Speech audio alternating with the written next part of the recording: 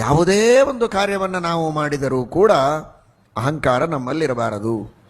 ಒಬ್ಬರಿಗೆ 1 ರೂಪಾಯಿ ನಾವು ಎತ್ತಿ ಕೊಡಬಹುದು ದಾನವಾಗಿ, 1 ಅಗಳು ಅನ್ನವನ್ನು ಕೊಡಬಹುದು, 1 ಹನಿ ನೀರು ಕೊಡಬಹುದು, ನೋಡಿ ಚೆನ್ನಾಗಿ ನಕ್ಕು ಮಾತಾಡಿಸ್ಬೋದು, ಯಾವುದೇ ರೀತಿಯಿಂದ ಉಪಕಾರ ಮಾಡೋದಾಗಿರಬಹುದು, ಅಥವಾ ನಮ್ಮ ಬದುಕಿಗಾಗಿ ನಾವೇನೋ ಪ್ರಯತ್ನ ಮಾಡಿರ್ಬೋದು. ಅದು ಯಾವುದರಲ್ಲಿಯೂ ನಮಗೆ ಸ್ವಾತಂತ್ರ್ಯ ಇಲ್ಲ.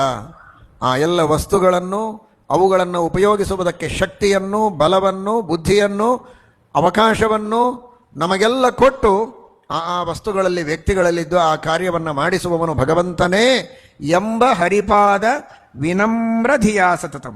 ಆ ಪರಮಾತ್ಮನಿಗೆ ವಿನಮ್ರರಾಗಿ ನಾವು ಸೇವೆಗಳನ್ನು ಮಾಡ್ತಾ ಇದ್ದರೆ ಮಾತ್ರ ನಮಗೆ ನಿಜವಾದ ಅರ್ಥದಲ್ಲಿ ಭಗವದ್ಭಕ್ತಿ ಇದೆ ಅಂತ ಹೇಳಬಹುದು.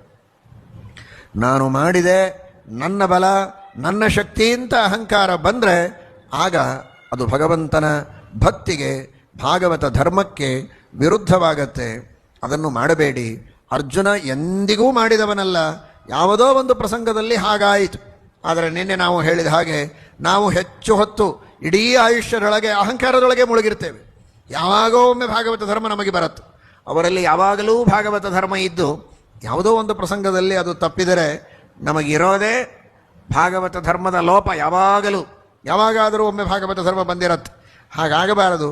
ಎಷ್ಟು ಸಾಧ್ಯವೋ ಅಷ್ಟು ನಾವು ಪ್ರಯತ್ನವನ್ನು ಮಾಡಿ ಭಗವಂತನ ಸ್ವಾತಂತ್ರ್ಯವನ್ನು, ನಮ್ಮ ಪಾರತಂತ್ರ್ಯವನ್ನು ಚೆನ್ನಾಗಿ ತಿಳಿದು ಏನೇ ಸಾಧನೆಯನ್ನು ನಾವು ಮಾಡಿದರೂ ಭಗವಂತ ಮಾಡಿಸ್ತಾನೆ.